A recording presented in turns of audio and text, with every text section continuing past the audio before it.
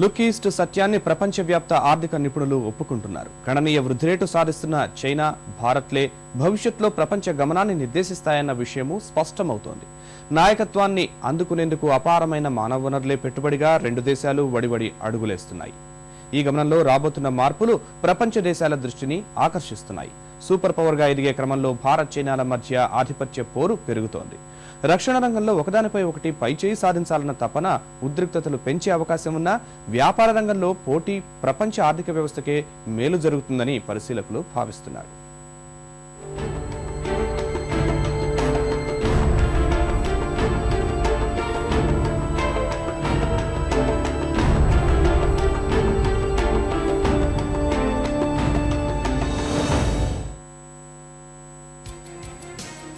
దాదాపు 4600 ఏళ్ల నాటి ఘనమైన సంస్కృతి వారసత్వం భారత్, చైనాల స్వంతం.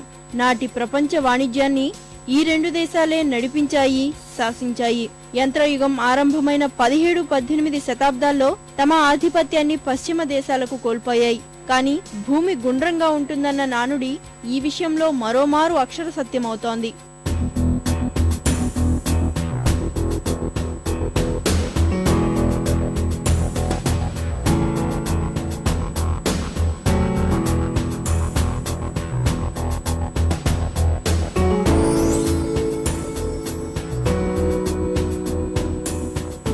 ప్రపంచాన్ని తిరిగి తమ ఆధీనంలోకి తీసుకునేందుకు భారత్, చైనా రెండూ పరుగు ప్రారంభించాయి. సగటున 9% వృద్ధి రేటుతో చైనా, 7% ఆర్థిక వృద్ధితో భారత్ దూసుకుపోతున్నాయి. సంక్షోభంలో కొట్టుమిట్టాడుతున్న పశ్చిమ దేశాలు కానీ, వైశాల్యం పరంగా, జనాభా పరంగా చిన్నవైన మిగతా తూర్పు దేశాలు కానీ వీటి దరిదాపుల్లో కూడా వచ్చే అవకాశం లేదు. భారత్, చైనాల ఆర్థిక పరిస్థితి ఒక్కసారి బేరీజు వేస్తే ఆ విషయం స్పష్టమవుతోంది. 2020 నాటికే చైనా ప్రపంచ సూపర్ పవర్ గా అవతరిస్తుందని స్టాండర్డ్ చార్టెడ్ బ్యాంక్ అంచనా వేసింది. 2030 నాటికి చైనా నెంబర్ 1 గా అవతరించే అవకాశం ఉందని ప్రపంచ బ్యాంక్ లెక్క కట్టింది. అదే క్రమంలో ఈ శతాబ్దం మధ్య నాటికి భారత్ అమెరికాను వెనక్కి నెట్టి రెండవ ఆర్థిక వ్యవస్థగా చైనా తర్వాతి స్థానాన్ని దక్కించుకుంటుందని అంచనా. But we must reach out to the countries in the Indian Ocean region and ask them what they need and help them out. And they are all looking to us for leadership. The time for India has come. In Asia, I think our attempts are to establish regional institutions and regional structures for economic integration and security issues, which will be durable, which will enable all countries to prosper together. Super power గా ఎదిగే క్రమంలో రెండు దేశాల మధ్య ఆధిపత్య పోరు అదే స్థాయిలో పెరగనుంది. ప్రస్తుతానికి రెండు దేశాల ఆర్థిక ముఖ చిత్రాన్ని గమనిస్తే మనం చైనా దరిదాపుల్లో కూడా లేం. కానీ మార్కెట్ విస్తృతి, అవకాశాల పరంపర భారత్ లోనే ఎక్కువ.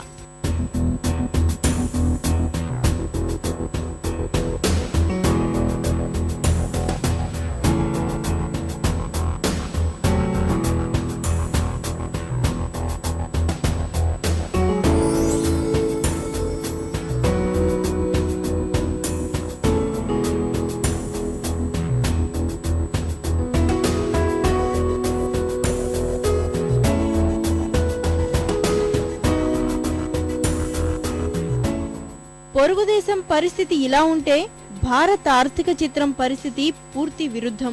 ఉరకలేసే ఉడుకు రక్తం, అపార సహజ వనరులు సొంతమైన వాటిని ఆర్థిక ఫలాలుగా మలుచుకోవడంలో మాత్రం మనది ఇంకా వెనుకబాటే.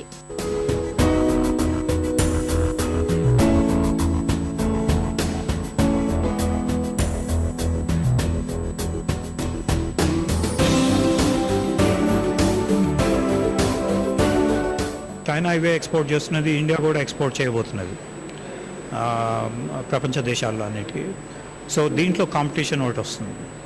రెండోది క్యాపిటల్ అట్రాక్ట్ చేయడానికి, ఫారెన్ డైరెక్ట్ ఇన్వెస్ట్మెంట్ అట్రాక్ట్ చేయడంలో కూడా ఒక కాంపిటీషన్ ఏర్పడుతుంది.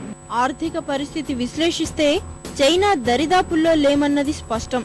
1700వ సంవత్సరంలో ప్రపంచ ఆదాయంలో 22.6% భారతదేశ సొంతం. 1952 నాటికి అది 3%కి చేరింది. కానీ 1991 సరళీకృత ఆర్థిక విధానాలు దేశగతినే మార్చేశాయి.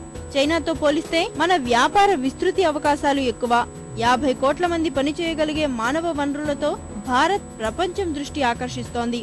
$50 విమాన ప్రయాణాలు, $2000 కారు, తక్కువ ఖర్చుకే గుండె జబ్బుల శస్త్రచికిత్సలు, 30 పైసలకే ఫోన్ కాల్ వంటి అంశాలు ప్రపంచాన్ని విస్తుపోయేలా చేస్తున్నాయి. 2015కి చైనాలో పనిచేయగలిగే స్థాయిలో ఉన్నవారు 100 కోట్ల మంది. భారత్లో ఇప్పటికే 19 ఏళ్ల లోపు వారు 50 కోట్ల మంది ఉన్నారు. 2050 నాటికి ఈ సంఖ్య 160 కోట్లకు చేరుతుంది. ఇది చైనా కంటే 22 కోట్లు ఎక్కువ. ఇంత చౌకైన మానవ వనరులు, వ్యాపార అవకాశాలు మరే దేశానికి లేకపోవడం భారత్కున్న అదృష్టం. ఏదైతే హ్యూమన్ క్యాపిటల్ అని మావ్ అన్నాడో ఇవాళ అది ఇండియాకి వచ్చింది. ఈ అవకాశాన్ని, హ్యూమన్ క్యాపిటల్ని, ఈ యువకుల్ని గనక మార్చి వాళ్ళ శక్తిని మనం ఉపయోగించుకుని, ఆ ఉత్సాహాన్ని ఉపయోగించుకుని ఈ క్యాపిటల్ని వెల్త్ గంట రిసోర్స్ చేసినట్లయితే చైనాతో మనం 20 ఏళ్లలో క్యాచ్ చేయొచ్చు. మీకు ఎక్కువగా చైనాలో ఉన్న మనకు కనిపించే అభివృద్ధి భారతదేశంలో కనిపించలేదు ఇప్పటి వరకు. కానీ భవిష్యత్తులో ఇప్పుడు చైనాలో అక్కడ కార్మిక వర్గం నుంచి ఇప్పుడు పల్లెల నుంచి పట్టణాలకు పోయే వాళ్ళు తగ్గిపోతున్నారని, జీతాలు పెరుగుతున్నాయని, అది కనుక జరిగితే అక్కడ నుంచి ఎగుమతులు బాగా ఖరీదు ఎక్కువైపోయి అది చైనా యొక్క అభివృద్ధి కొంతవరకు స్లో డౌన్ అవ్వచ్చు. మార్కెట్ వృద్ధికి ఎక్కువ అవకాశాలుండడంతో భారత్ ను చూసి చైనాకు వణుకు పుడుతోంది. ఉత్పాదక రంగంలో చైనా ముందంజలో ఉన్నప్పటికీ ఐటీ, సేవా రంగాల్లో భారత్ దూకుడుకు ఎదురే లేకుండా ఉంది. మొబైల్ ఫోన్, ఇంటర్నెట్ యూజర్లు సైతం చైనా కంటే భారత్ లోనే ఎక్కువ. ప్రపంచంలోని టాప్ 10 బీపీఓలలో 7 మన దేశంలో ఉన్నాయి. చైనాలో 1 మాత్రమే ఉంది. దీనిని బట్టే భారత్ ఐటీ రంగంలో చైనా కంటే ఎంత ముందంజలో ఉందో అర్థం చేసుకోవచ్చు. అంతేగాక నాణ్యమైన ఐటీ సేవలకు భారతే గమ్యస్థానం. చైనాలో పెరుగుతున్న పట్టణ, పేద మధ్య పెరుగుతున్న అంతరాలు ఇప్పుడు చైనా సుస్థిర వృద్ధిపై కొన్ని సందేహాలు తలెత్తేలా చేస్తోంది. చైనాతో పోల్చితే మన దగ్గర ఆ తారతమ్యాలు చాలా తక్కువ. చైనాలో 60 ఏళ్లు పైబడిన వృద్ధులు దాదాపు 30 కోట్ల మంది. వీరిలో కనీసం 5% మందికి కూడా పింఛను ప్లానులు లేవు. చైనాలో ఇన్కమ్ ఇన్ఈక్వాలిటీస్ ఎక్కువ అయిపోయినాయి. ఇప్పుడు గ్రామాల మధ్య కానీ నగరాల మధ్య కానీ ఉన్న ఇన్ఈక్వాలిటీస్ అవి ఎక్కువైనాయి. దీన్ని జినీ కోఎఫిషియంట్ మెథడ్లో మెజర్ చేస్తారు. ఈ కొలతలో 1 to 0 దీంట్లో మెజర్ చేసినప్పుడు చైనా వాళ్ళ జినీ కోఎఫిషియంట్ 0.52 దాకా వచ్చింది. భారతదేశంలో జినీ కోఎఫిషియంట్ 0.36 దాకా ఉంది. అతిపెద్ద ప్రజాస్వామ్య దేశంగా భారత్కు అంతర్జాతీయంగా పెరుగుతున్న పరపతి, తూర్పు దేశాలతోనూ అటు పశ్చిమ దేశాలతోనూ సాగిస్తున్న మైత్రి, ఇవన్నీ చైనాకు కంటగింపుగా మారాయి. దశాబ్దాల నుంచి కొనసాగుతున్న సరిహద్దు సమస్యలు సరి. అందుకే సరిహద్దుల్లో ఉద్రిక్తతలు ఎగదోస్తోంది. స్టింగ్ ఆఫ్ పెరల్స్ పేరుతో భారత్ చుట్టూ ఉచ్చు బిగిస్తుండడం, దక్షిణ చైనా సముద్రంలో అలజడి, అరుణాచల్ ప్రదేశ్ సరిహద్దుల్లో ఉద్రిక్తతలు వంటి సంఘటనలతో భారత్ ను చిరాకు పెడుతూనే ఉంది. ఇటీవల మన రక్షణ మంత్రి ఏకే ఆంటోనీ అరుణాచల్ ప్రదేశ్ పర్యటనపై అభ్యంతరాలు వ్యక్తం చేయడం చైనా చికాకుకు పరాకాష్ట. అవి చాలావన్నట్లు పొరుగున ఉన్న పాకిస్తాన్, శ్రీలంక, మయన్మార్లతో దోస్తి నేర్పుతోంది. ఈ పరిస్థితుల్లో మన దౌత్య విధానాలను మార్చుకోవాలన్న వాదన వినిపిస్తోంది. చైనాకు వాణిజ్య పోటీదారుగా ఉన్న జపాన్తో మన సంబంధాలను విస్తృతం చేసుకోవాల్సి ఉంది. అయితే ప్రపంచం ఆసియా ఖండానికి మొత్తం ఎదురేగి చరిత్రలో తొలిసారిగా ఐరాసాలో హక్కుల తీర్మానం విషయంలో శ్రీలంకకు వ్యతిరేకంగా భారత్ వేసిన ఓటు ఆ సానుకూల సంకేతాలు కాస్త విఘాతం కలిగించే అంశం.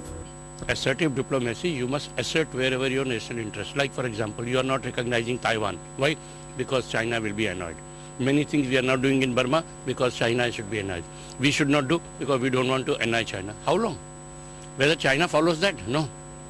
Let them be annoyed. You are a rising power. Whether our economic interest, our political interest, our diplomatic interest, that has to be protected. ఈ రెండు దేశాల మధ్య ఆధిపత్య ధోరణులు ఎలా ఉన్నా కలిసి ఉంటే మాత్రం వచ్చే లాభాలు చాలా ఉన్నాయి. చైనాలో చౌక రకమైన ఎలక్ట్రానిక్ వస్తువులకు Bharat software, chip designing technology తోడైతే తిరుగుండదు. చైనా, భారత్ ప్రతి ఏడాది కనీసం 5 లక్షల మంది ఇంజనీర్లు, సైంటిస్టుల్ని తయారు చేస్తున్నాయి. వారి సేవలు సమర్థంగా వినియోగించుకుంటే సాంకేతిక రంగాన్ని శాసించవచ్చు. 2050 నాటికి ప్రపంచ ఉత్పాదకలో 50% 2 దేశాలు సాధించే అవకాశం ఉంటుంది. ఇన్ని సామర్థ్యాలున్నా కలిసికట్టుగా వాణిజ్యాన్ని పెంచుకునే ప్రయత్నాలు మాత్రం చేయడం లేదు. రెండు దేశాల మధ్య ద్వైపాక్షిక వాణిజ్యం కేవలం $74 బిలియన్. భారత్ వైపు నుంచి చూస్తే పెద్ద మొత్తంగా కనిపించిన $2 ట్రిలియన్ ఎగుమతులు నిర్వహించే చైనాకు అది తక్కువ మొత్తమే. భారత్ ఎగుమతులు నిర్వహించే తొలి 3 దేశాల్లో చైనా ఒకటి. కానీ చైనా వాణిజ్య భాగస్వామ్యం ఎక్కువగా అమెరికా, జపాన్, హాంకాంగులతోనే. అయితే ఈ పరిస్థితుల్లో ఇప్పుడిప్పుడే కాస్త మార్పు వస్తోంది. 2015కి ద్వైపాక్షిక వాణిజ్యాన్ని $100 బిలియన్ చేర్చాలని రెండు దేశాలు నిర్ణయించాయి. భారత్, చైనా కలిసికట్టుగా కొన్ని సమస్యలు ఎదుర్కొంటున్నాయి. చైనాలో పెరుగుతున్న తారతమ్యాలు ఆందోళన కలిగిస్తుంటే భారత్ వృద్ధి రేటు అంత నిలకడగా లేదు. దశాబ్ద కాలం నాటి సరాసరి 6% తీసుకుంటే మరో 20 ఏళ్ల నాటికి మనం ఏ తైవాన్తోనో సరిసమానంగా ఉంటామనేవారు లేకపోలేదు. భారత్, చైనాలు పర్యావరణ పరంగానూ చాలా హాని చేస్తున్నాయి. నాసిరకం పరికరాలు వినియోగంలో చైనా ముందుంటుంది. ఇంధన వృధా ఎక్కువే. 50 ఏళ్ల నుంచి చైనాలో నిరంకుశత్వం ఉంది. అది ఎప్పటికైనా ప్రమాదానికి దారితీయొచ్చు. భారత్లో ప్రజాస్వామ్యం ఉన్న మితిమీరిన స్వేచ్ఛ, అది ప్రమాదమే. భారత్కు పాకిస్తాన్తో సరిహద్దు సమస్యలున్నాయి. ఇప్పటికే 3 సార్లు యుద్ధం చేసింది. చైనాకు తైవాన్తో సమస్య ఉంది. జపాన్తో పొసగదు. ప్రపంచ సూపర్ పవర్లుగా ఎదగాలంటే ఇన్ని సమస్యలను ఎదుర్కోవాల్సి ఉంటుంది. అన్నింటికంటే ముఖ్యమైన విషయం, ఇంత జరుగుతుంటే ప్రస్తుతం సూపర్ పవర్ గా ఉన్న అమెరికా చూస్తూ ఊరుకుంటుందా అని. సరిగ్గా 100 ఏళ్ల క్రితం యూరోప్ నుంచి అమెరికా ఆధిపత్యం స్వీకరించే ముందు ఎలాంటి పరిస్థితులున్నాయో ఇప్పుడు భారత్, చైనాల్లోనూ అవే పరిస్థితులున్నాయని అమెరికా గుర్తించింది. వీటిని నియంత్రించడం కష్టమని కూడా అమెరికాకి తెలుసు. అది కూడా ఆసియా నుంచి అవతరించబోయే కొత్త సూపర్ పవర్ కు స్వాగతం పలుకుతోంది.